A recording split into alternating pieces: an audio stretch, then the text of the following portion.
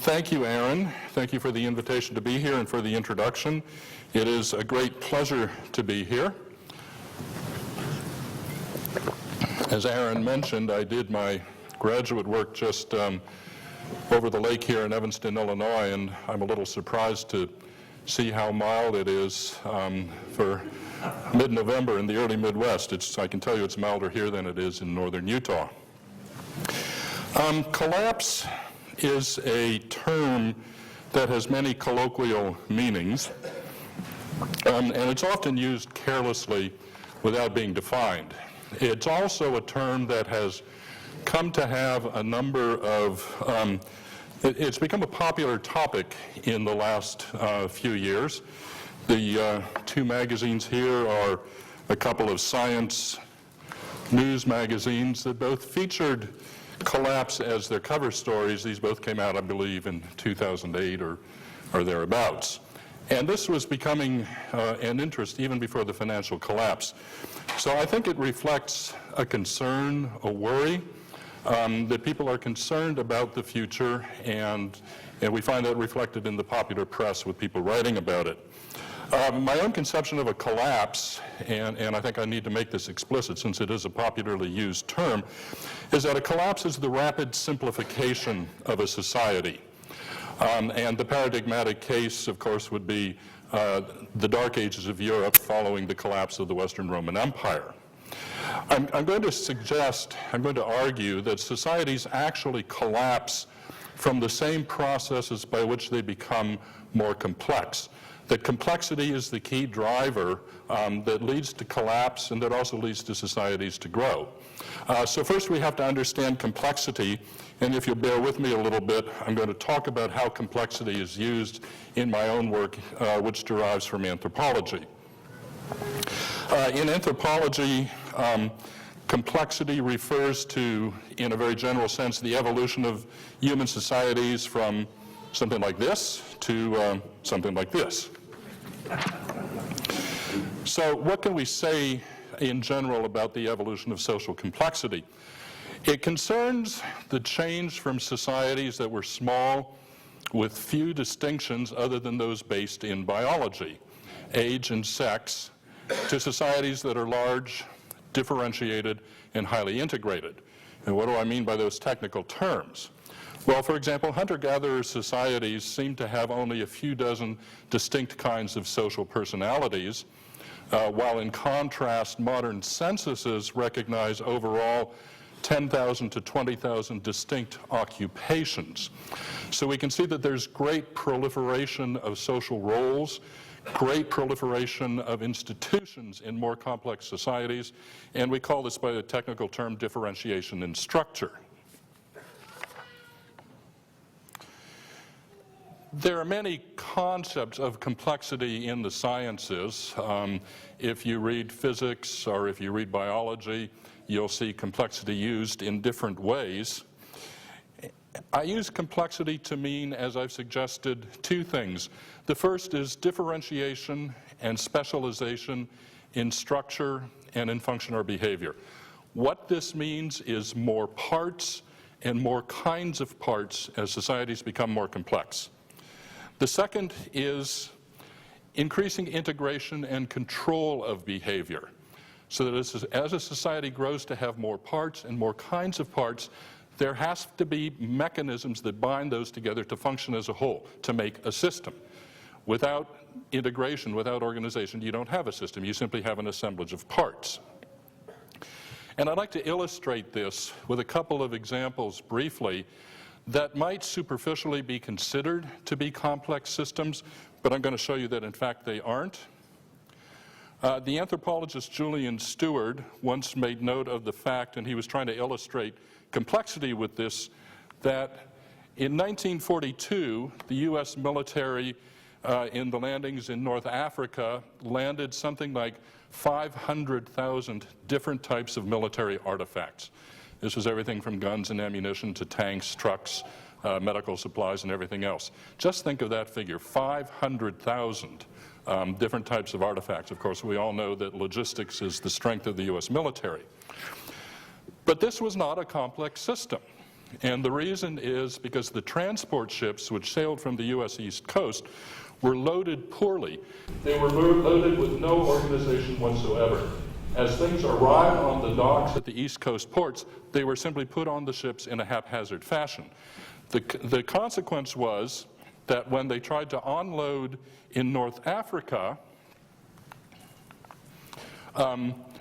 as Atkinson puts it, guns arrived on the beach with no gun sights, guns arrived with no ammunition, guns arrived with no gunners. The proper way to do this would have been what's called a combat loading, where you put things in the reverse order from the order in which you think you're going to need them in the landing. In other words, this was not a complex system because there was a lack of organization. Great differentiation in structure, but poor organization, so it was not a complex system. The second example is just the opposite. These are the drummers at the Beijing Olympics. And in this case, what we have is very low structural diversity. They're all the same. But we have very high organization. They're all the same. So here we have also not a complex system. There's very high organization, meaning very high control and constraint on the behavior of everyone there. They're all doing exactly the same thing, but there's no differentiation in structure. They're all identical, and of course that was the point of it. It was a very impressive performance. So complex systems have to have both differentiation in structure and organization. Now, complexity can be counterintuitive because we usually use it, at least in colloquial discourse, we usually associate it with being complicated. But in fact, the irony of complexity is that complexity simplifies. And this is how it works. Elaboration of structure and control simplifies and channels human behavior. This is the essence of complexity. It's why complexity makes systems function.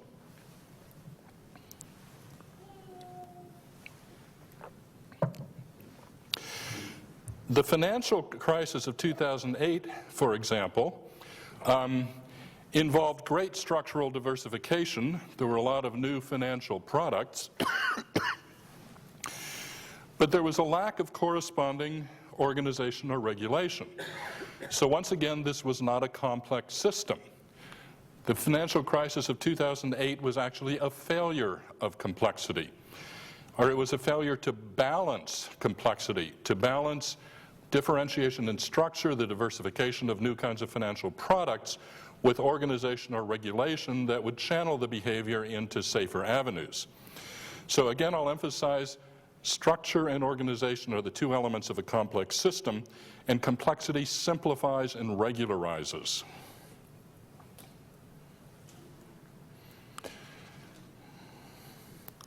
So what is a collapse then?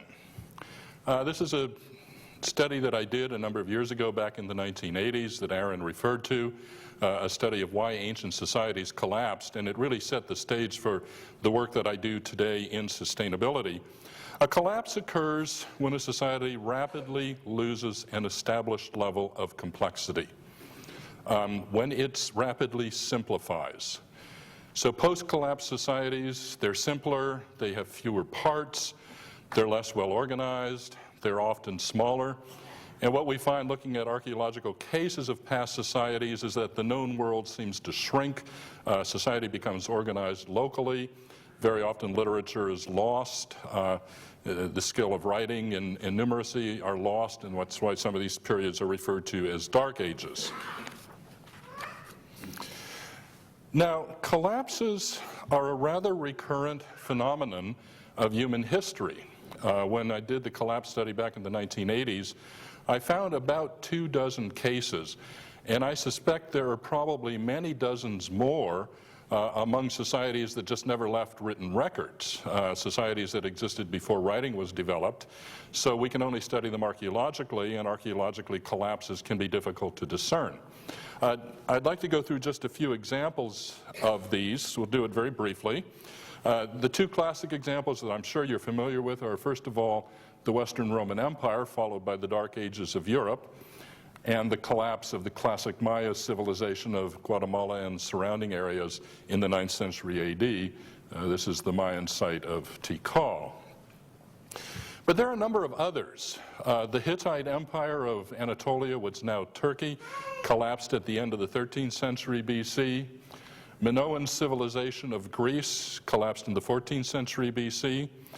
The Mycenaean civilization of Greece, 12th to 11th centuries BC, and this is the famous Lion Gate from the site of Mycenae.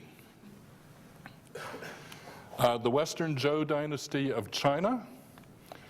The Harappan, in this case we know the exact date because the Chinese kept excellent records, 771 BC.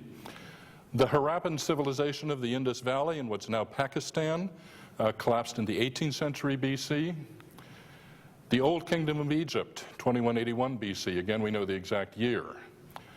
Closer to home, the Olmec civilization in coastal Veracruz in Mexico, 5th century BC.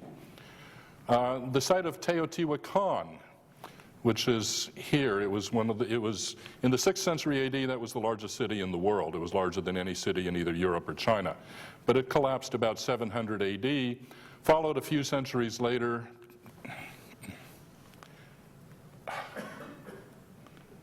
by the site of Tula, which also collapsed. And in Peru, what are known as the Huari and Tiahuanaco empires collapsed in the 11th century AD.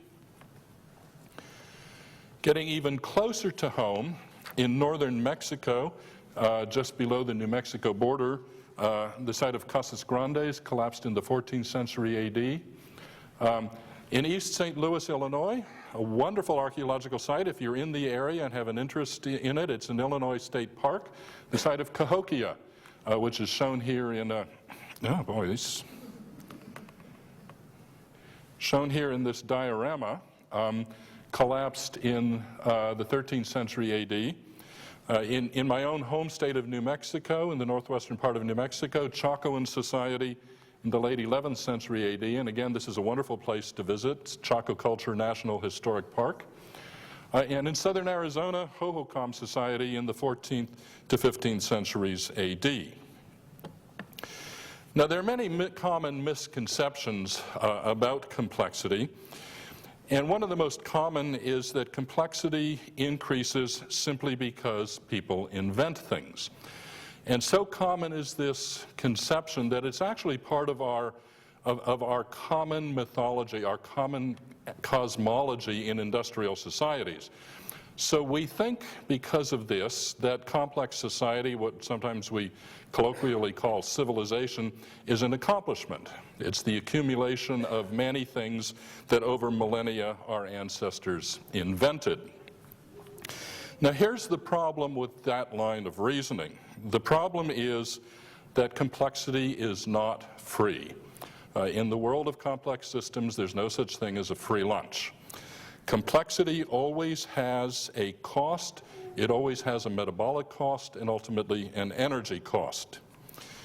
In non-human systems, in non-human species, the cost is fairly straightforward. It's counted simply as calories.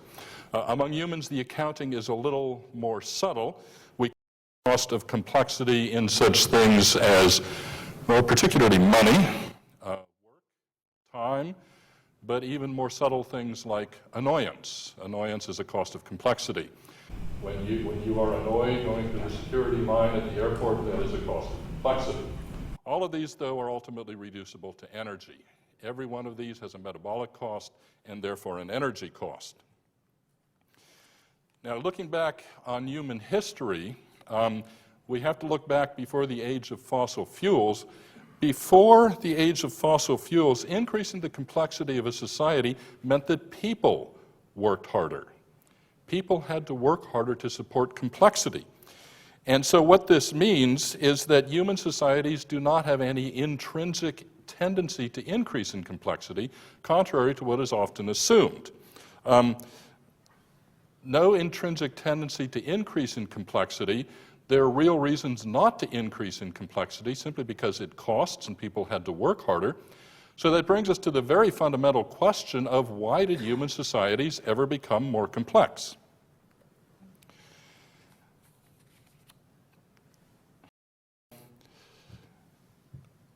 Complexity grows because it's useful in solving problems.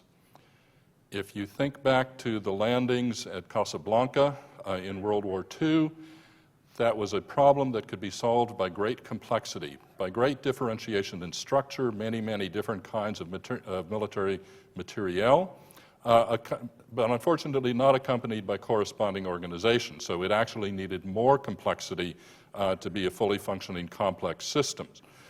Problems, when they're encountered, are often solved by developing more complex technologies. Think of hybrid cars.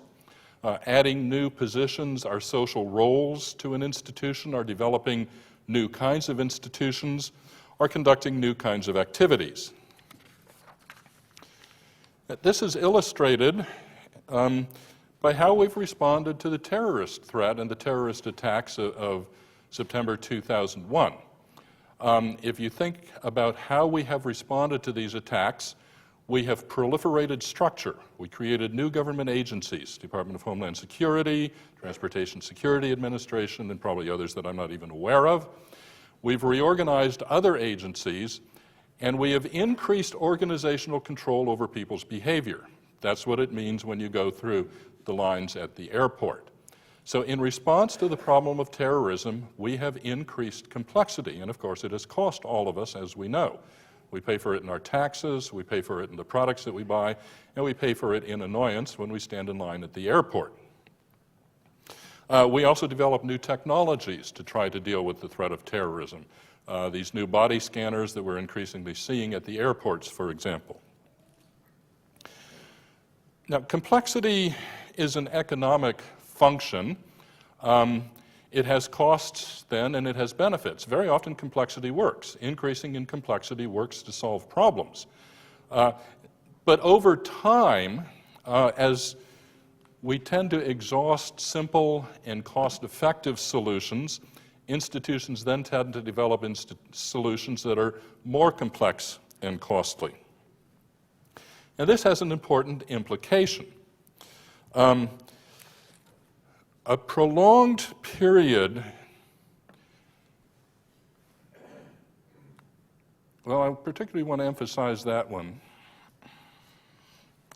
The changing complexity changes the benefit-cost ratio of complexity.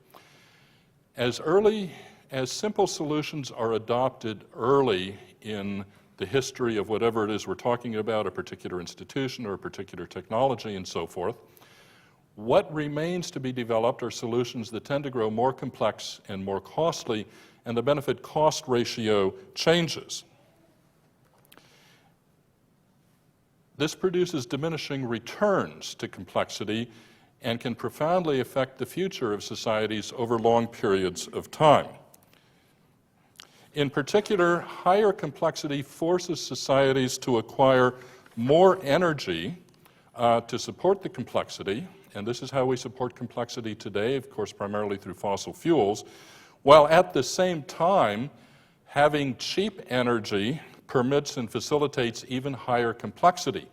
So complexity requires energy, but having cheap energy permits us to develop more complexity, we might say somewhat whimsically, and I call this the energy complexity spiral. They tend to be intertwined and to go either up together or down together. In fact, they have to go up together or down together. You can't have one without the other.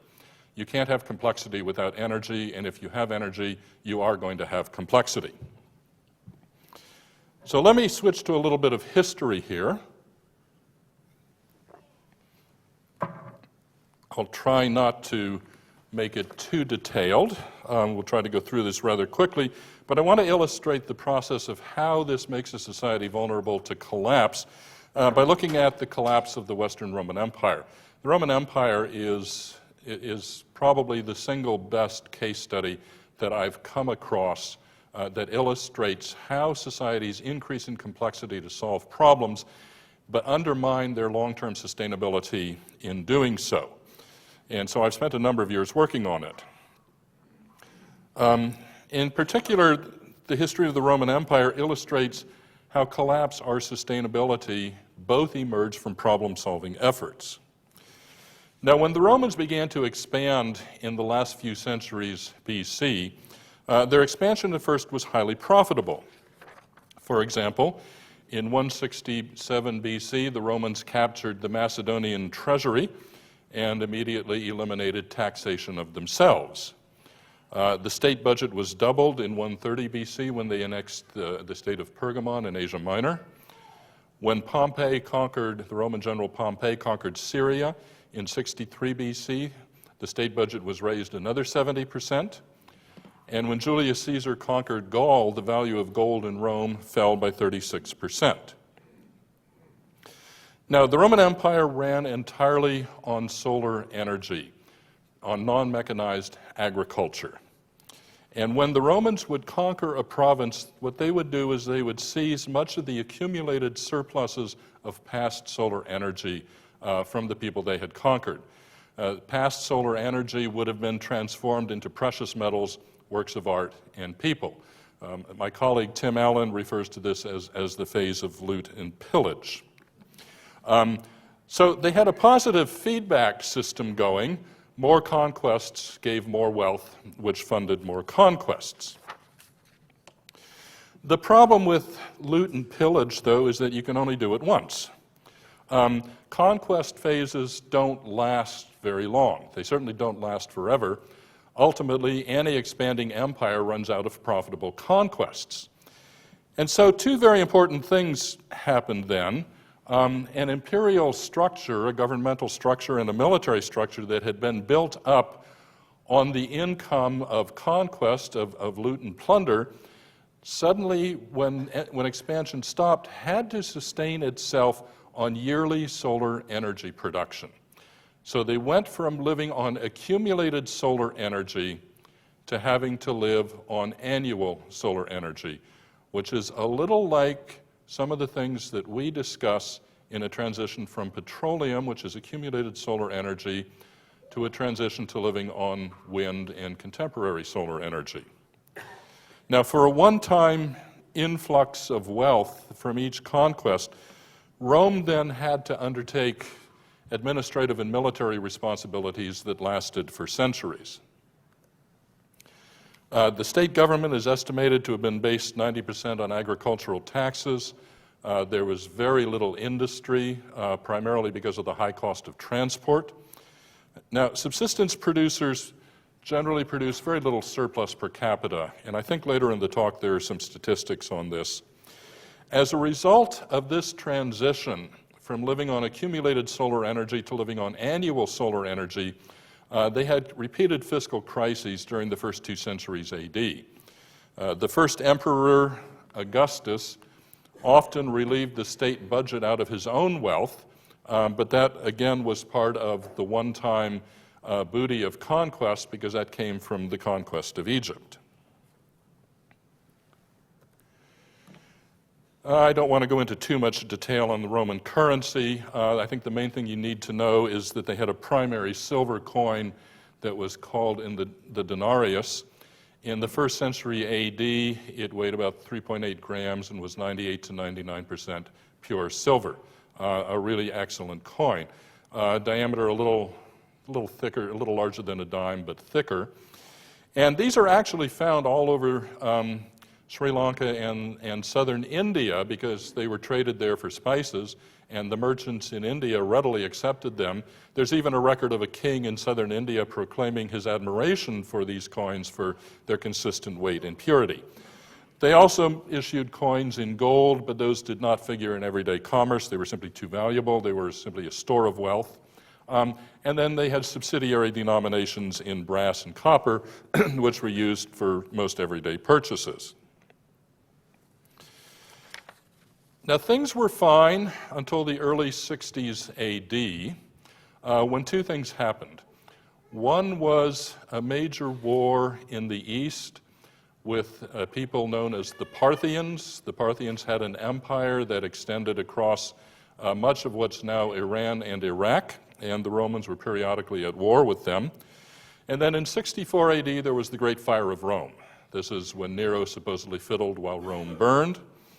And these 2 events were extremely costly and forced an economic reform that consisted of debasing the silver currency. And this is right here. This is where you see it right here. The currency went from 98 down to 93% silver. And as you can see from the chart, that was the start of a slippery slope. And that's an example of the denarius coin right there. That, I think, is the Emperor Tiberius. If you ever saw the series I, Claudius, that's Tiberius on that coin there.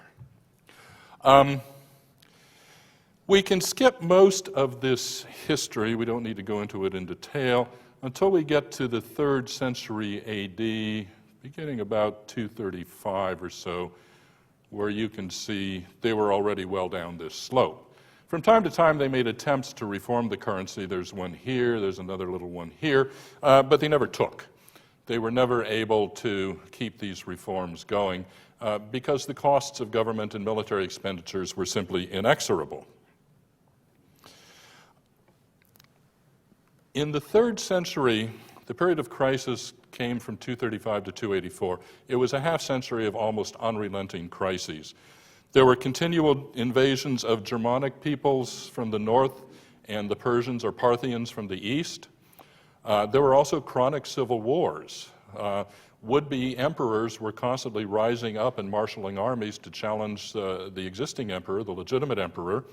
And in fact, we know that over this 50-year period, there were as many as 50 usurpers. And every time there was a usurper, there had to be a civil war to put him down. Some of them were successful. Some of them toppled the existing emperor.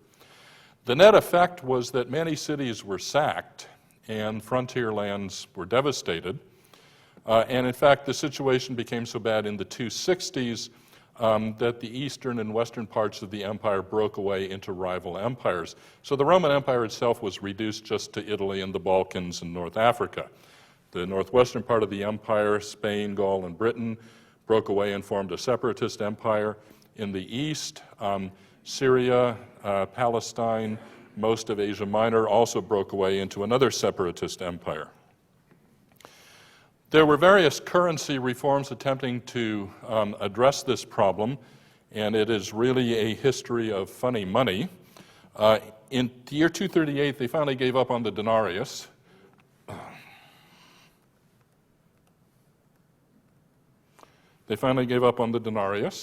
And introduced a new coin that we call the Antoninianus.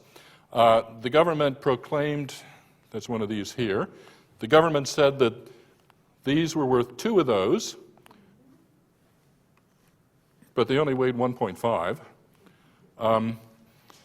And things got worse from there, because very often the government would take these in payment of taxes and immediately restrike them as one of these. Just flatten them out a little and strike a new image on it, proclaiming that it was suddenly worth twice as much.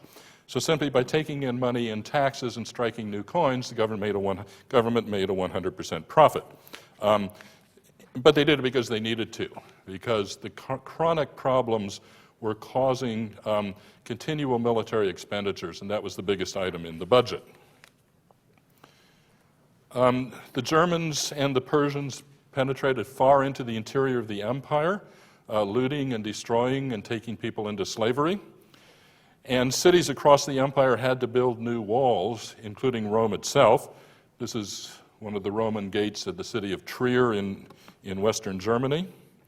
And the perimeters of cities shrank in part because cities were being sacked and people were being carried off into slavery, and in part also because they had to build the new walls around fairly small perimeters. So the city of Lyon, what's now Lyon in France, shrank from 160 hectares down to 20.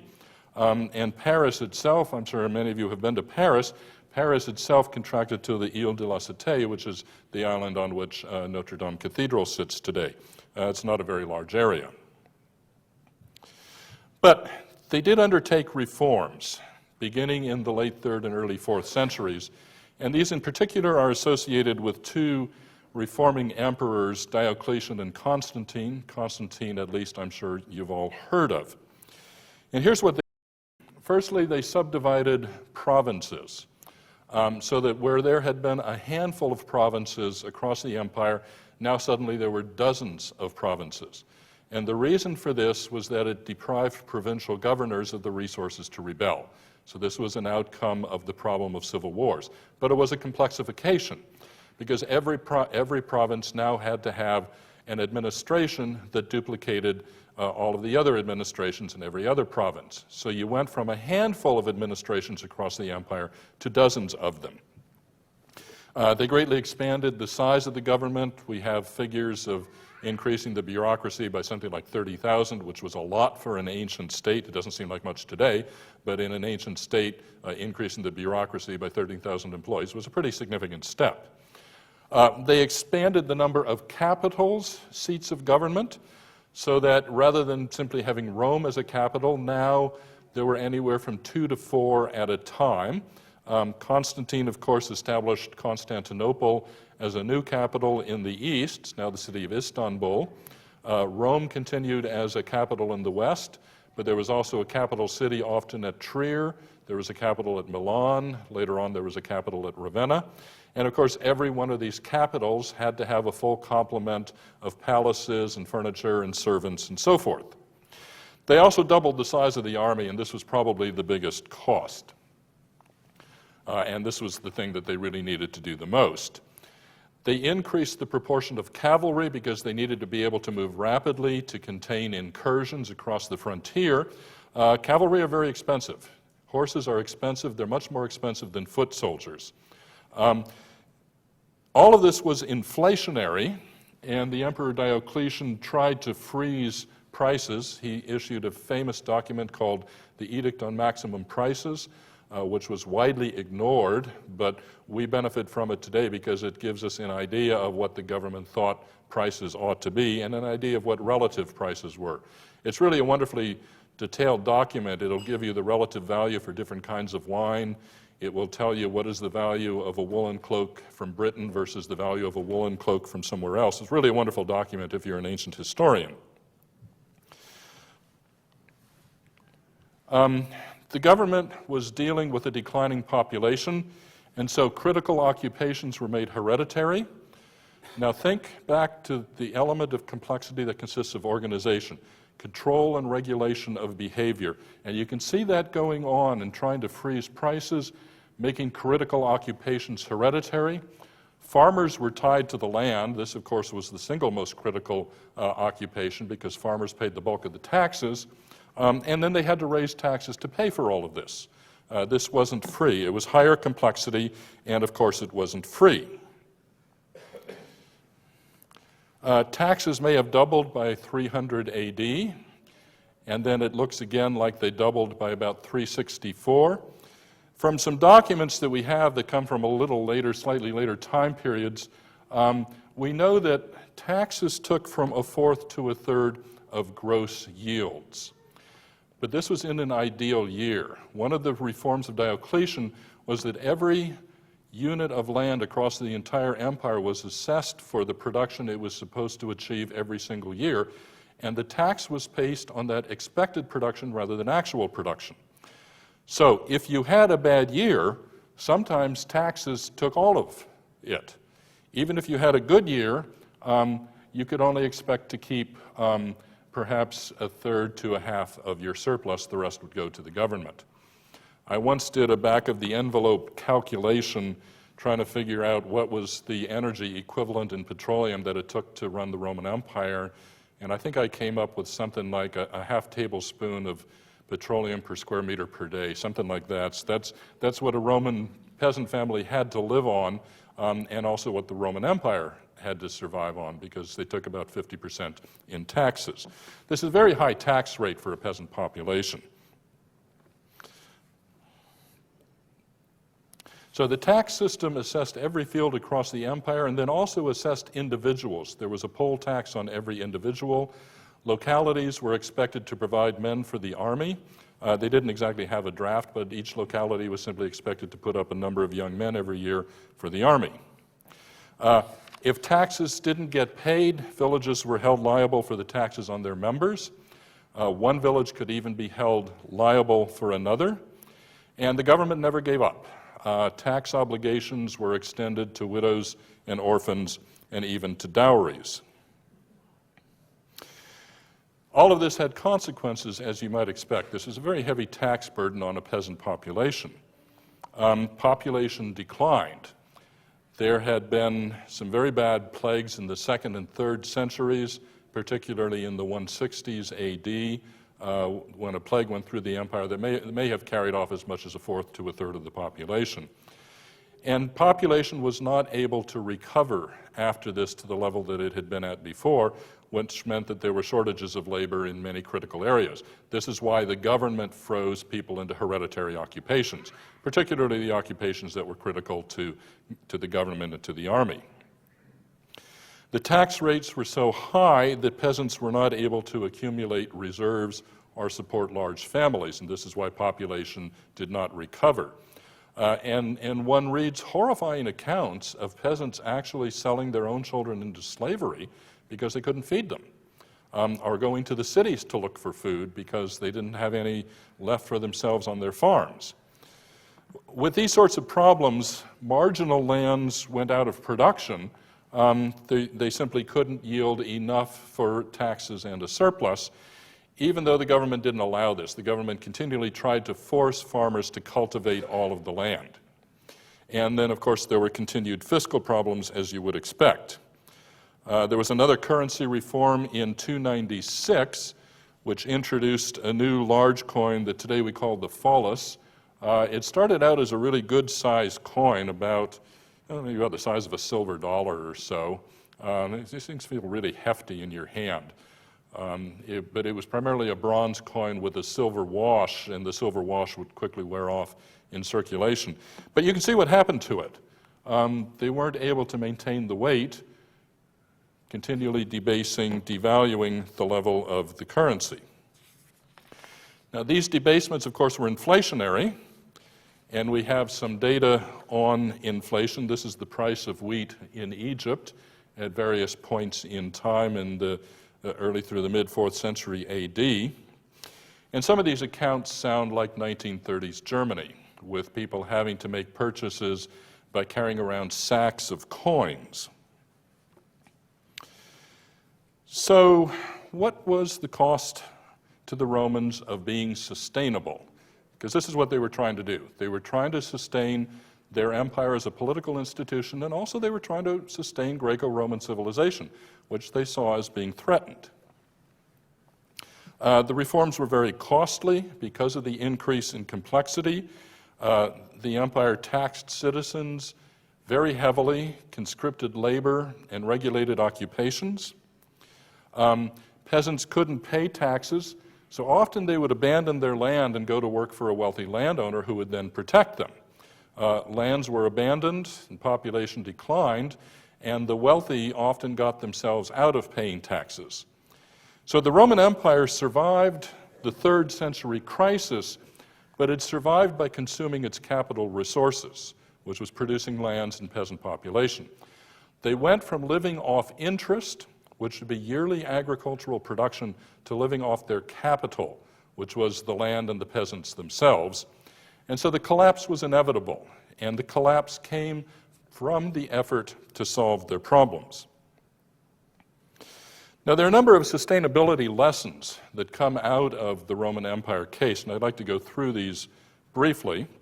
In popular discourse and even in academic discourse, it often seems as if people think that sustainability somehow emerges as a passive consequence of consuming less. That if we simply all drive hybrid cars and take colder showers or use public transportation or grow local food and so forth and so on, we'll become sustainable. I tell my students, and they don't like this message, but I tell my students that conservation alone does not produce sustainability. I don't want to say anything against conservation. I don't want to downplay the value of conservation. I think conservation is very valuable, but conservation alone does not produce sustainability. Sustainability is an active condition of problem solving. A society has to have resources to solve problems. Problems are not solved simply by conservation, and we see this clearly in the case of the Roman Empire. You can also see it in the recent financial crisis. Complexity is a problem-solving tool, including the problems of sustainability. Complexity is an economic function with benefits and costs, and it can reach diminishing returns. Complexity in problem solving can reach diminishing returns. Here's one of the really hard ones to swallow. Sustainability may require greater consumption of resources, not less. If you understand that sustainability is a function of problem solving, sustainability may actually require greater consumption of resources, not less. And we see this very clearly in the case of the Roman Empire. Complexity in problem solving does its damage subtly, unpredictably, and cumulatively. When you're encountered with a problem, the solution usually seems incremental and affordable. It's the cumulative costs that ultimately do you in. And perhaps most disturbing of all is that a society or other institution can be destroyed by the cost of sustaining itself.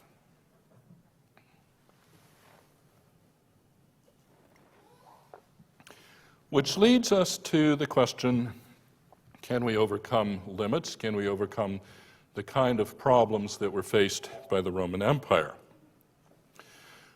We've had a belief, almost a faith, that we can always overcome problems through innovation, particularly through technological innovation.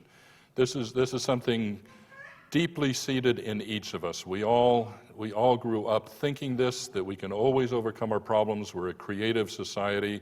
All we need to do is just turn people's creativity loose, and our problems will all be solved.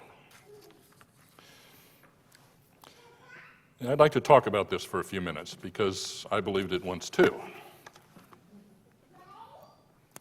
Toward the end of World War II, President Roosevelt asked Vannevar Bush, who was the director of the wartime Office of Scientific Research and Development, to draft a report on the post-war role of government in promoting science. He wrote a famous report titled Science, the Endless Frontier, and in it he wrote, "Advances in science will bring higher standards of living, will lead to the prevention or cure of diseases, will promote conservation of our limited national resources, and will assure means of defense against aggression."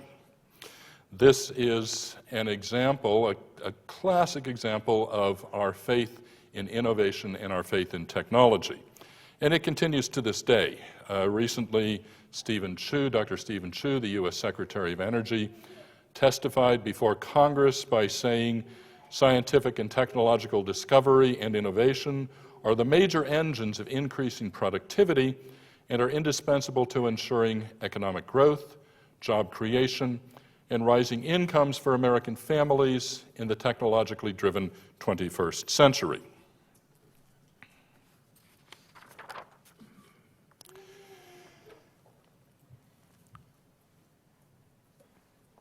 Innovation as we know it today is a recent development. Innovation is not a characteristic, or not a common characteristic of human history. In human history, looked at over the long term, there have been long periods of little or no technological change, of stasis, sometimes lasting even hundreds of thousands of years in what's called the Paleolithic or the Old Stone Age. In contrast, today, we have institutionalized innovation with short product cycles and continuous new introductions of updates and upgrades and new and better gee whiz things. And overall, industrialized nations allocate about 3% of their gross domestic product to research and development. And today we hear a lot of calls to increase that amount. In the budget review that's going on in England, the scientists successfully lobbied the government not to cut science as much as they're going to have to cut other parts of their government, because of this belief that innovation is the key to future prosperity. So today, economic well-being depends on innovation. Firms that don't innovate can't compete, and nations that don't innovate also cannot compete. In particular, our assumptions about innovation are central to our assumptions about what a sustainable future would look like. So I'd like to contrast two views of sustainability in our future. The first is the concept of Jared Diamond. Perhaps you've seen his book on collapse. He argues that a modern societal collapse would be triggered ultimately by scarcity of environmental resources. This is the message that I think would find a lot of sympathy around this room. But there are people who think and believe differently. And let me just read some classic quotations from the alternative point of view, from the point of view of what are called technological optimists. First quotation, "No society can escape the general limits of its resources, but no innovative society need accept Malthusian diminishing returns." Second quotation, "All observers of energy seem to agree that various energy alternatives are virtually inexhaustible." And thirdly, by allocation of resources to R&D, that's research and development, we may deny the Malthusian hypothesis and prevent the conclusion of the doomsday models.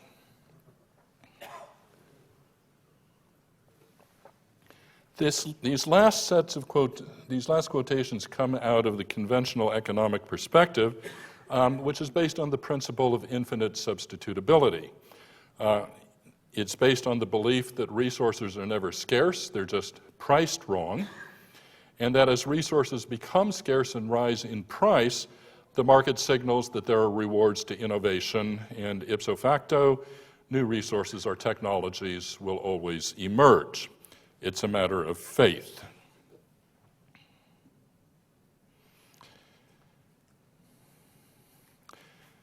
The contrary view is that innovation is subject to the evolutionary dynamics of all living systems.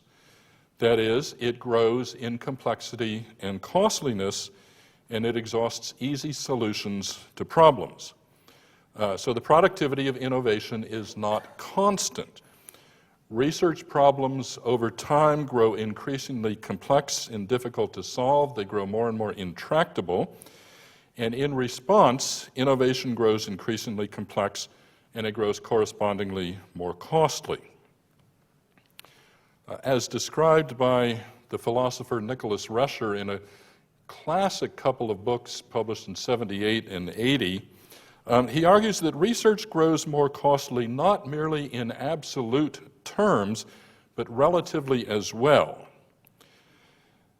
It grows in the shares of national resources that it requires, particularly personnel and money. And most importantly, as innovation grows complex and costly, it reaches diminishing returns, as complexity always does. Higher and higher expenditures produce fewer and fewer innovations per unit of investment. So to maintain a constant rate of innovation, we therefore need to expend ever more resources, and indeed, this is what we've been doing. So we have two contending possibilities. The first is the conventional economic perspective. By allocation of resources to R&D, we may deny the Malthusian hypothesis and prevent the conclusion of the doomsday models. Or, according to Rescher, once all of the findings at a given state-of-the-art level of investigative technology have been realized, one must move to a more expensive level. In natural science, we are involved in a technological arms race. With every victory over nature, the difficulty of achieving the breakthroughs which lie ahead is increased. Now, for planning our future, it's pretty important to understand which of these views is correct. The popular image of science is that of the lone wolf scholar, a persistent genius peering through a homemade microscope or trekking through a jungle somewhere. And this was indeed how science was practiced in the 18th and 19th centuries, and this has formed our popular conception of science. The classic examples being naturalists such as Charles Darwin in the front here, and Gregor Mendel. The problem is that the naturalists made themselves obsolete by depleting the stock of questions that were easy to answer. For example, the principles of gravity and natural selection and inheritance are no longer waiting to be discovered. Basically, in every field, early research plucks the lowest fruit, the questions that are least costly to resolve and most broadly useful. So as general knowledge is established early in the history of a discipline, that which remains is more specialized and more difficult to resolve, more costly and more difficult to resolve. So research organization then has to increase from individual scientists, isolated scientists who do all aspects of a project, to now we do science by teams of scientists and technicians and support staff who need specialized equipment, costly institution, administrators, government rules, accountants, lawyers, and so forth and so on. As a result, the size of research teams grows. I recently did a search on Google simply looking on the term research team, and I came up with over 9 million internet pages. Some time back, I did an image search on Google for research team and found over 61,000 images of research teams, or at least people who styled themselves as being research teams. The upper picture there is William Hewlett and David Packard standing in front of their famous garage in Palo Alto, California, where in 1939 they established Hewlett-Packard Company. And the lower picture is what was once the world's largest Intel plant. So fields of research follow a characteristic developmental pattern, from general to specialized, from wealthy dilettantes and lone wolf scholars to large teams with staff and supporting institutions, from knowledge that is generalized and widely useful to research that is specialized and narrowly useful, from simple to complex, and from low to high societal costs. As this evolutionary pattern unfolds, the resources and preparation that are required to innovate tend to increase. In the first few decades of its existence, for example, the United States gave patents primarily to inventors with minimal formal education, but much hands-on experience. But this reversed after the Civil War. As technologies grew more complex and capital-intensive, patents were given more and more frequently to college-educated individuals. And the requirements of what is needed to innovate, the intellectual and capital requirements of what is needed to innovate, have simply gone up since then. The problem with research that grows costly and complex is that it can produce fewer and fewer outputs per unit of investment. Just as an example, consider what happens to military technology when it grows complex and costly. In the 1950s to 60s, for example, we produced 744 B-52 bombers. In the 1980s, we produced 100 B-1 bombers. And in the 1990s, when the B-2 stealth bomber went into production, we were able to produce only 21 of them. Now, those are very highly capable planes, but they can only be in 21 places at a time. This is the result of growth in complexity and costliness. There's an aerospace engineer by the name of Norman Augustine who has written a book called Augustine's Laws. If you haven't seen it, I highly recommend it. He calls this the death spiral for the military, and the military is well aware of this problem. Carried to its logical conclusions, Augustine suggested in the year 2054, the entire defense budget will purchase just one aircraft. This aircraft will have to be shared by the Air Force and Navy 3.5 days each per week, except for leap year when it will be made available to the Marines for the extra day. But as interesting as this example is, I didn't come here to talk about military technology. But as I say, the military is well aware of this. I use this only to illustrate how research and development grow complex and costly and produce diminishing returns. A number of years ago, I looked at medicine to see if we could pick up a trend of diminishing returns there. And in fact, we do. We spend more and more to improve general health by smaller and smaller increments. The productivity index here was simply life expectancy divided by proportion of GDP allocated to medical care. This is a problem that's interested me for a number of years. I first began working on it or thinking about it back in 1983 But I wasn't able to really investigate it in detail until recently when I met a couple of colleagues who actually had a database from the U.S. Patent and Trademark Office. One of them is Dr. Deborah Strumsky, who's pictured here. The other is Dr. Jose Lobo, who doesn't like to have his picture shown. They have a database of U.S. patents that they have put together that allows us to study the productivity of innovation.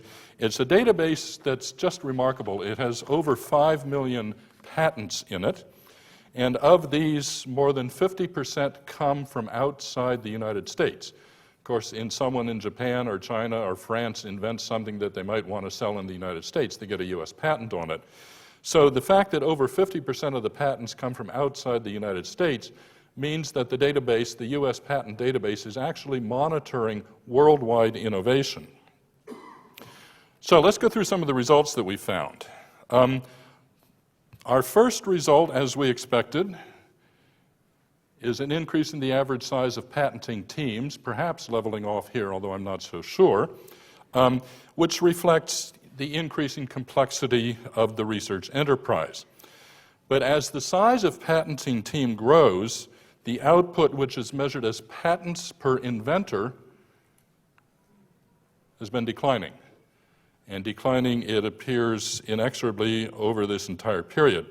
So over a period of about 30 years here, the average length of an individual scientist's career, the productivity of innovation has declined by more than 20%. In fact, I think the exact figure was productivity has declined by 22% within a generation.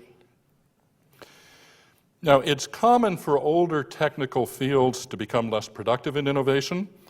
This has been known for many decades, but we've assumed that this was offset by higher productivity and innovation in newer technical sectors. To investigate whether this is so, we've studied a selection of both older and newer technical sectors. I'll go through these briefly. I don't want to dwell on them. This is a technical sector of surgery and medical instruments, metalworking and optics. These are older fields in which there are still active programs of innovation. Again, the lines track patents per inventor per year. Here's various areas of drugs and chemicals. Again, you can see the pattern. This chart is energy, and it's perhaps one of the more disturbing ones. Energy, of course, is the most important factor in our future, yet in each sector that we show here, we're experiencing diminishing productivity to innovation. This is the case even in solar and wind technologies, which are these two bottom ones here. You can see in solar and wind the effect of the end of tax credits in the early years of the Reagan administration, but what's disturbing is that the trend has continued downhill since then. And it's possible, what this chart suggests is that it's possible that these fields are already approaching technical maturity. We looked at the newest, computer technology, information technology and communications, which have driven our economies for much of the past 20 to 30 years.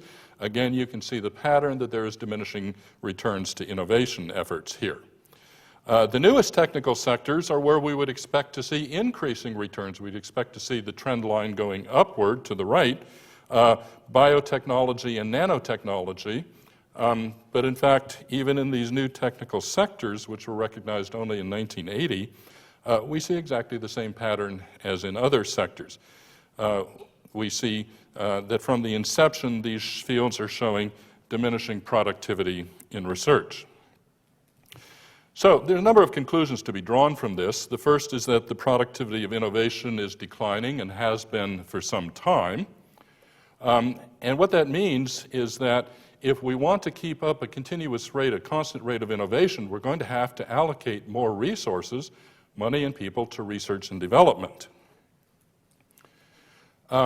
Within a few years, we'll be able to innovate at an acceptable cost only by taking resources from other sectors of the economy: healthcare, defense, transportation, infrastructure, and so forth. And of course, this is a trend that can't continue forever. One of the early writers on this topic was a very prescient fellow by the name of Derek DeSola Price, who was charting the history of how science has grown. And he wrote in 1963, "It is clear that science cannot go up another 2 orders of magnitude as it has climbed the last 5. Scientific doomsday is therefore less than a century away, and he published that nearly half a century ago.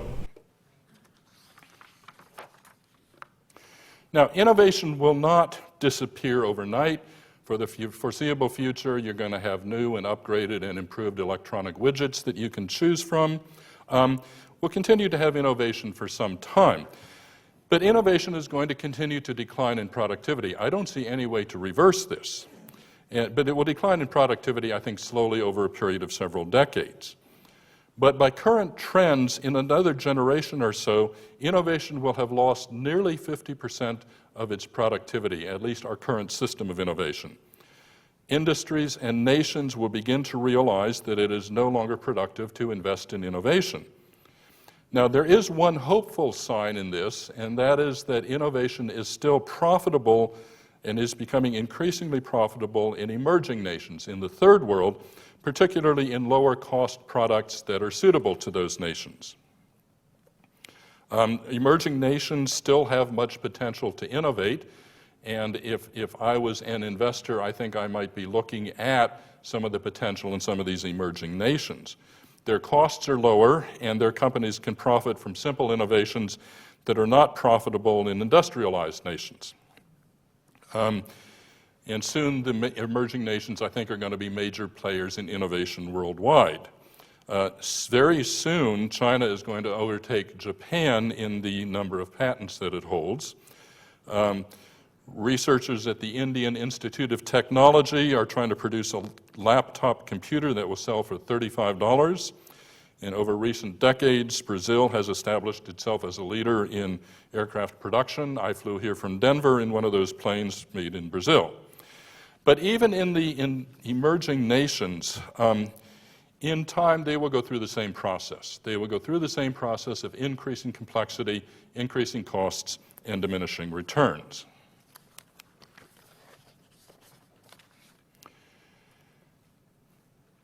Now, one of our biggest challenges one of our biggest challenges for the future will be, as I see it, a set of major societal problems that will converge over the next 20 to 30 years. And let me go over these briefly. I'm sure you will recognize all of these. What you may not have recognized is that they are going to converge almost simultaneously. Funding retirements for the baby boom generation, which includes me and I think a number of you in this room. Continuing increases in the cost of health care, replacing our decaying infrastructure, particularly a problem in this country, adapting to climate change and repairing environmental damage, developing new sources of energy. I don't like this, but I think in all likelihood, continued high military costs, and increasing costs of innovation. Now, these problems, as I say, will converge over the next 20 to 30 years, perhaps over the next 10 to 30 years or so. Individually, I think any one of these problems would be tractable. Individually, we could probably afford any one of them. Converging at once, converging more or less simultaneously, I think they're going to present us with major fiscal challenges.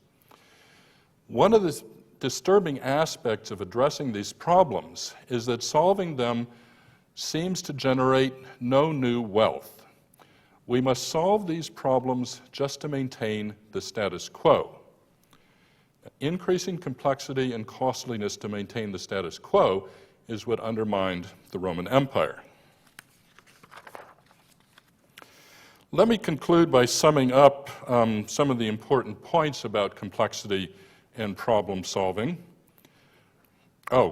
Before I do that, we're going to have to address these converging problems at a time when, firstly, net energy will be declining and energy will be more expensive, taking a larger share of household budgets. And innovation, I think, will continue to decline in productivity, making it less able to generate new growth or produce increased technical efficiency. Okay. Let's move on to the dilemma of problem solving, then I'll wrap up in just a few minutes here. I think I'm almost out of time. Problems are inevitable, of course. No society can expect to get by without problems. This makes the process of increasing complexity inevitable, inexorable. Increasing complexity produces increasing costs and diminishing returns. When problems are countered, the cost of solving them usually appears acceptable. The damage comes from cumulative costs. Societies become vulnerable to collapse through the mundane process of solving problems. Now, it's also worthwhile, I think, given that we've just been through an election, to make a few points about leadership. These slides actually come from a conference on ethics that I was in a couple of years ago. I think we would all agree that ethical leaders attempt to solve societal problems. And if we go back to our Roman Empire example, everything the Romans did, everything Roman emperors did was a logical response to their circumstances. They acted ethically. If they hadn't done the things that they did, the empire would have collapsed even sooner. But ethical decision-making can set in motion long-term consequences that may ultimately result in catastrophe. We can see this process today in operation as it was in the past. This is President Obama signing the financial bailout bill a couple of years ago. Now, there are alternatives when confronting problems of complexity, when confronting problems that need to be solved. And I'd like to go over these very briefly. There isn't time to discuss them in detail, but I'd like to suggest them to you to think about. So what can you do when you have a problem and it's going to be costly to solve? Well, one solution is that you accept and pay the costs, of course. But another solution is that you shift or defer the costs, which the Romans did by debasing the silver currency, and which we do by borrowing money. Another alternative, and this is characteristic of how we live, is that you find subsidies to pay the costs. We are subsidized by fossil fuels. That is how we pay the cost of our complex problem solving. Another approach is to reconnect costs and benefits. This works particularly well within medium-sized institutions. Back when I worked in the government, and one of the reasons why I took an early retirement out of the government was because they kept imposing more and more administrative burdens on lower-level employees. The advantages of those administrative burdens accrued at the top of the hierarchy among the leadership, but the costs were paid at the bottom among ordinary employees, so the costs and benefits didn't connect. So the cost of complexity could never constrain complexity. If you want to constrain complexity, the costs and benefits have to be connected somehow. And the final solution, the final approach is don't solve the problem. And of course, this is something that we decide to do all the time. Okay, I'm almost done. What do we need to do? I wish I could give you a simple answer. I wish there was a one-liner that would make all of this just go away or seem better. But there are no simple answers to ensuring a prosperous future. But we do need one thing, and that's that we need an adult conversation. And that is what we lack in this country. We certainly lacked it in the recent election. In fact, we lack it in every election. Our political system is dysfunctional. They do not operate as adults. And we, the electorate, have allowed them to get away with it. So here are some of the things that I think we need to have an adult conversation about. Firstly, will household wealth grow in the future as we have known it in recent decades? And what are the consequences if it doesn't? Secondly, what are we going to do about energy? We heard some good talks this morning about some alternatives, some possibilities. But those really need to be scaled up on a massive level and very quickly. Will we be facing an economy in a steady state or in decline? There are people who advocate what's called a steady state economy. I am not one of them. I don't advocate a steady state economy. But the results of the innovation research made me wonder if, in fact, that might be what we're heading for. And a steady state economy, I think, would have repercussions in employment levels, in well-being, in popular discontent that would not be desirable. And do we want to pay the cost of solving our problems. I think this is something that we need to have, again, this adult conversation about. And with that, I have talked for way too long, and I thank you for your patience.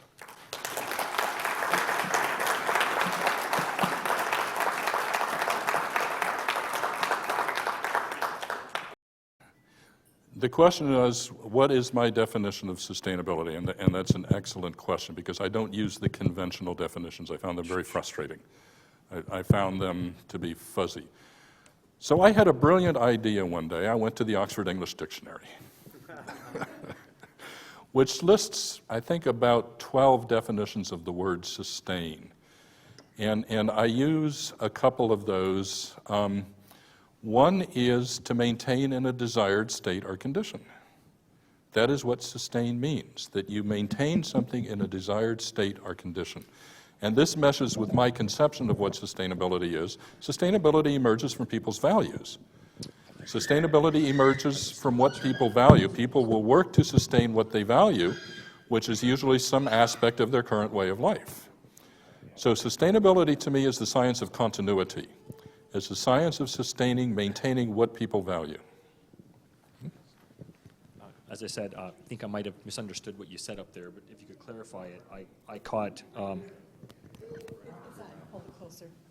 I think I caught your statement there as you were indicating steady state would necessarily lead to low employment, and I'm not sure how I understand that, because everything I've read in the last year, you can't have infinite growth on a finite planet. That's I agree. So agree. at some point, the planet will shift to a steady state. It has to. Oh, I think you're probably correct. I'm just not advocating it. Some people advocate a steady state. No, I am very careful, because advocating a steady state is, in a sense, making a political statement, and you turn off a lot of the audience that I'd like to reach by doing that. There's severe consequences to a steady state economy, given that employment depends on economic growth. I just would counter that a little bit by saying that a lot of the externalities currently in our economic models aren't borne by the people that cause them. If you had to actually account for those externalities, that would create the jobs that you're saying wouldn't exist, because if a company made something and was responsible for undoing its mess at the end, it would have to hire people to do it. Hence, it would become somewhat self-sustaining or sustainable, much like the permaculture example, where the waste of one becomes the input to another. Yeah.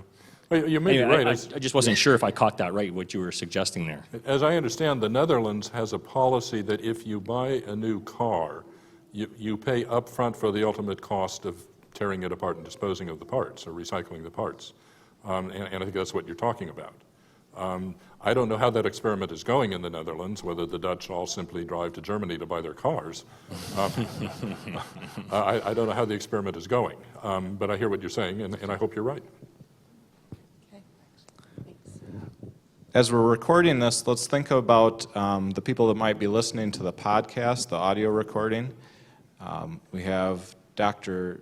Joseph Tainter here. We've just heard a talk on collapse of societies and complexity, and how complexity could lead to collapse. And now we are taking questions.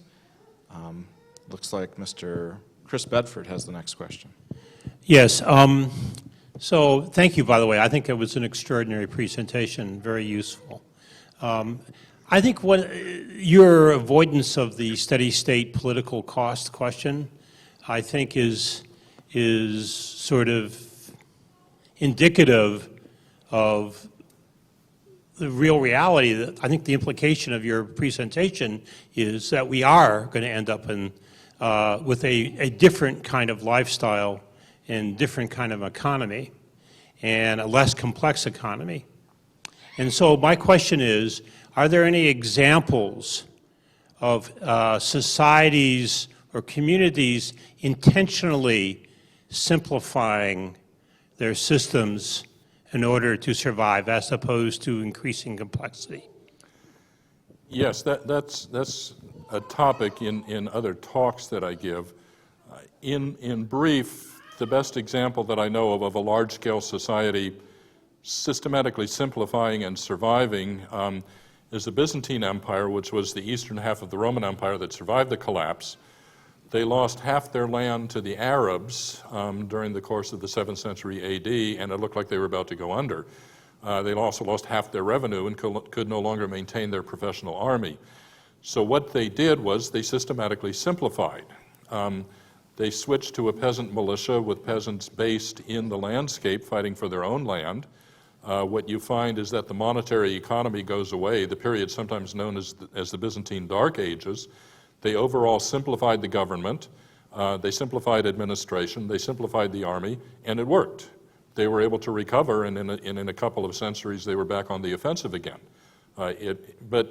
So the good news is, yes, there is an example of a large, very large, complex society systematically simplifying.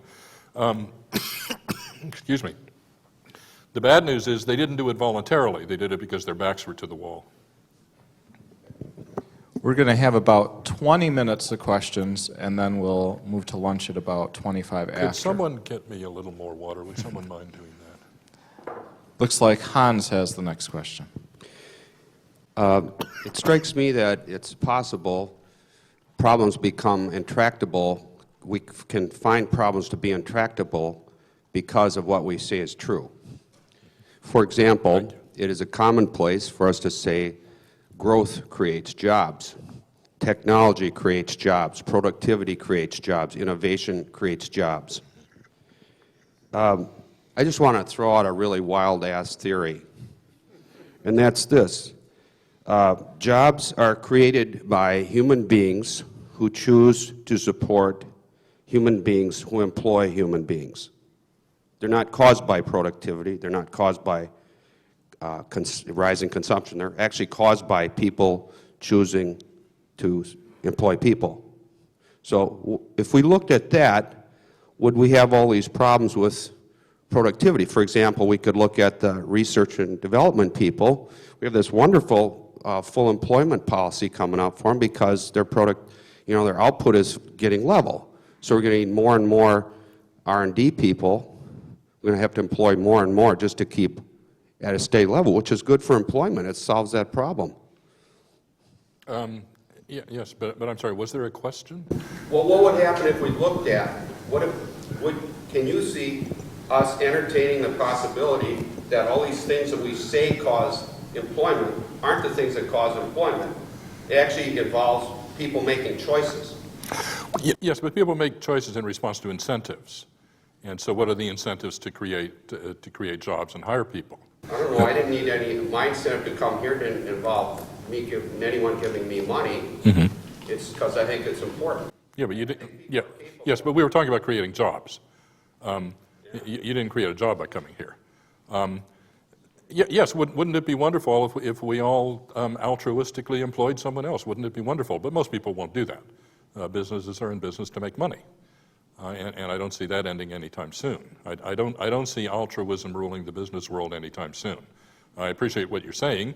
It strikes me as idealistic, and I tend to be more realistic, I'm afraid. But thank you. Our next question goes to Ms. Nicole Foss.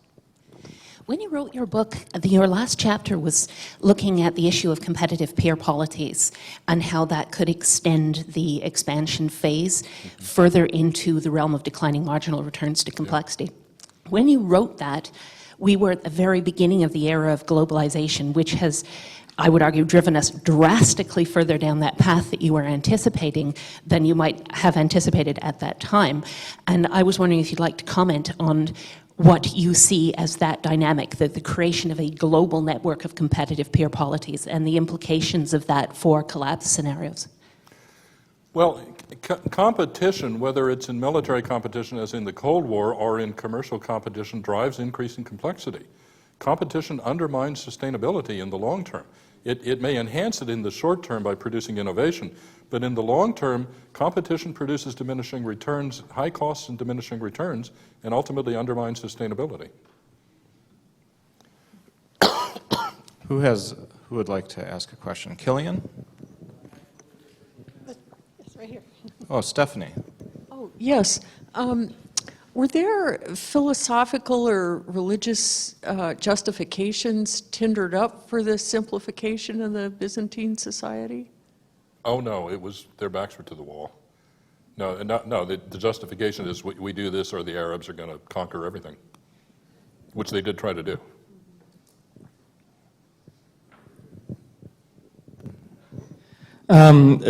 As I observe the various things that people discuss about complexity and collapse and peak oil and all this, it occurs to me, for example, going back to your definition of sustainability, to me it's a constant. Sustainability is a state where you can continue doing whatever you're doing or some variation on it for into infinity, as long as you care to keep doing it. That's actually possible. Such as societies that have existed for thousands of years in the same land space because of how they manage themselves. And so I think there is an actual definition of sustainability that is relatively absolute. And it occurs to me also that for the first time in history, we actually know where the temporal limits are. We know where the limits in the future really are. We have limits to fuels, we have limits to space, we have limits to water, we have limits to climate. Climate is driving towards the limits that we can't survive if they go far enough. So it seems to me that at this point we actually have an opportunity to look ahead, know what is very likely to happen given certain scenarios, and then instead of forecasting, do some backcasting. And when we do that backcasting, then I think we end up at the conclusion of something approaching a steady state or some variant thereof. I was wondering if you have any. I think one problem, you're a wonderful audience, but one problem with this audience is that you're self-selected. You're all aware of these issues. I can assure you the population at large is not aware of the things that we're talking about. I teach a sustainability seminar in spring semester, and I tell my students, go into the local Walmart and look at the people shopping there. No criticism of people who shop in Walmart. I shop there myself. But I tell them, go into the local Walmart and ask yourselves, how many of the people in that store are aware of the things that we're talking about? And the answer is darn few of them. One of the major issues in sustainability is that humans did not evolve to be broad-scale thinkers. We did not evolve to think broadly in terms of either time or space, and so most of us don't. Right, but I guess my point really is that we are a self-selected audience, and we're here to actually have that discussion. Mm-hmm. So I think I'm wondering if you think that's an appropriate way to have the discussion, at least among us. Oh, certainly. Yes, yes. I mean, one hopes that the discussions here get extended to friends and neighbors and coworkers and ultimately have some influence. Mandy's next. Have you found in looking at various societies that have been through a collapse that certain either larger social structures or institutions within a given society are better at maintaining mass well-being through the process or not? Essentially, it doesn't matter how society is structured or whether there's specific institutions within a society that can help essentially peasants and other sort of masses to survive it well. Very few governments have conceived of themselves as having the purpose of providing for the general welfare. That's a fairly recent phenomenon, and even in the world today, it's pretty rare. Local well-being is best assured, I think, through local institutions, through local organizations, if that's what you're asking me. Yeah. What about religion and the role of religion in collapse? Has it always been positive, negative? Religion has a function, and this is one of the interesting things, because when the Roman Empire adopted Christianity, Constantine apparently was adopting it explicitly as a unifying factor. With himself being the representative of God on earth. And that's, of course, how European monarchs ruled through the Middle Ages, as the representative of God on earth. Religion is a unifying factor, but the problem that they had with Christianity in the Roman Empire was that it was fairly new, and it was highly diversified. There were all of these schisms and sects and so forth and so on. That's why they had to keep having councils to denounce Arianism and all these other things. I wouldn't say that religion really played a role. I think the collapse would have happened with or without the shift to Christianity. You had a slide there that said sustainability may require greater consumption of resources, not less. if the definition of sustainability is that we want to remain on this planet healthy, I didn't get that. If your definition of sustainability is that we want to go on consuming and keeping the lifestyle we have, it makes sense. But your answer to this gentleman was that you get that, you know, I think what the people in this room understand. So I guess where I'm confused is that it seems to me that you're educating, that you have the opportunity to educate, and so why tell people consuming that sustainability is going to require consuming more? Does that make sense? Yes, and, Okay, and the reason is because sustainability is a function of solving problems, and it takes resources to solve problems. The example that we gave in the Roman Empire was that they needed more and more resources to be sustainable and undercut their production system in doing that. But they did achieve 2 centuries of sustainability, which is nothing to laugh at. In the future, the problem may be a lack of resources on our planet, or too much pollution on our planet, or changing climate on our planet. But we're not going to solve those problems by being poor. Unless people drastically change the material quality of life that they're willing to accept. See, I approach sustainability from the assumption that most people will choose to sustain what they are familiar with, which is their accustomed way of life. So then the question becomes, how do you sustain that in the face of problems? And the answer is, it takes more and more resources to do so. I don't say I necessarily approve of that or advocate that, I just see that as a historical reality. I'd say that that's impossible and not. Oh, in the long run, it isn't possible, yes. I don't know if we're at that point yet, but in the long run, yes. Actually had it right, that it might be the Dark Ages, but they survived, where the Roman Empire, even though it continued for a couple more centuries, didn't. So I guess I'm an advocate of cutting back. That's not. Okay, that's fine. It appears that you're saying that all societies must inevitably collapse. And I'd like to contrast that with Jared Diamond's statement, how its subtitle, I think, of his book on collapse is titled something like, How Societies Choose to Succeed or Choose to Fail. It doesn't look like we have any real choice. No, and that's one of the problems I have with that subtitle of his book, is that societies don't choose, they're confronted with circumstances. Do all societies have to collapse? I don't want to predict that that's inevitable, although I will say that over the last 2 or 3 years, I have become more pessimistic on that point.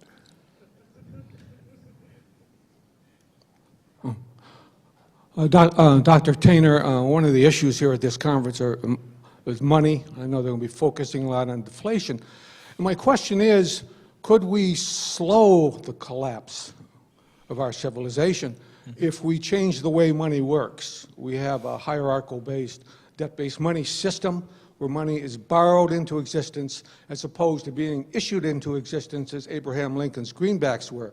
Inevitably, 40% of the cost in any product or service are interest costs, because even when you're buying something, that company that produced it is in debt to somebody. Mm-hmm. So we have to have economic growth to pay the growing interest costs, which are going up exponentially, not only in the government sector, but much more significantly in the private sector, which far exceeds government debt, is private debt.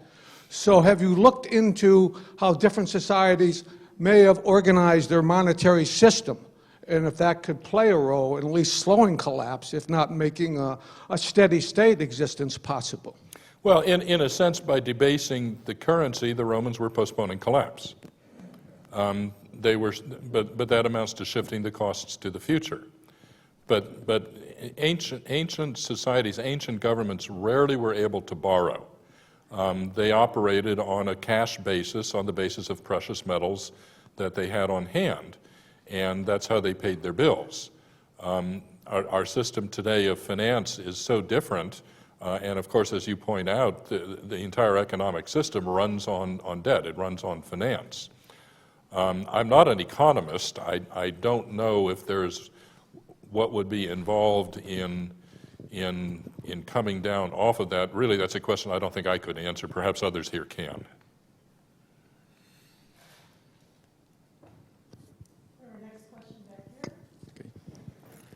A few minutes ago, you mentioned that the humans do not think broadly. Here in Grand Rapids, we have a new thing in education called Big History, and it's being pushed by Bill Gates. He wants to help the poor. In order to do that, you have to know history going all the way back to the Big Bang. And you take your little area here and understand its history, but then you got to put it into the next ring up and in the next ring up. And it kind of goes back to a movie that was shown back in the 1960s called The Powers of 10, where we started on the surface of a park in Chicago and went all the way to the edge of the galaxy, and then we went all the way down into, we'll say, string theory. And if you know all that history, then perhaps you can really understand this world and solve problems. What's your reaction to something like that? That sounds like a great program. It's certainly what I would advocate. Humans, by inclination, do not think broadly. But I am a little optimistic that if we taught children at an early age, perhaps they could, some of them at least, could learn to be curious about things that are distant in time or distant in space, and to see connections between those distant things and our lives today. I sometimes think that if I was 30 years younger and just starting my career, I might spend more time talking to K-12 educators, talking to them about how can you teach children to be curious about things that are distant in time and space. I mean, children come out of schools today with no interest in history or geography. They're subjects that most of them hate having to take. Are there ways to teach those so that they're more interesting, or so that students can see the importance of knowing these things, to see how history, how the past influences our lives today and will influence the future? If someone's trying a program here along those lines, I think that's wonderful. We have time for one last question. Okay. Hi, my name is Max Lockwood. I'm wondering, given that this society's collapse seems to be inevitable and that its effects are more global than any other society previously, and it's the damaging effects of collapse could be, very long-term and serious for the entire planet, environmentally, socially, you name it. What I'm wondering is, would an active acceleration of the collapse, do you think that would cause more net negative effects than if we just allow the society to kind of collapse on its own in its own process? Well, collapse in my conception is rapid, but as a historian, what I mean by rapid is over several decades. Right. Regardless whether it's over several decades or whether it's sooner, the net effect is going to be that tens of millions, perhaps hundreds of millions of people will starve to death or die of disease. It's going to be unpleasant either way. It's not a future we want. Right. So I guess what I was asking is it, in your opinion, would the overall effects be, basically, is it better if it happens sooner than later, more drawn out? Quick pain versus long-term pain? Sort of, yeah. I'd have to flip a coin on that one. Right I'm on. sorry. Okay, if we could thank Dr. Tainter for his time.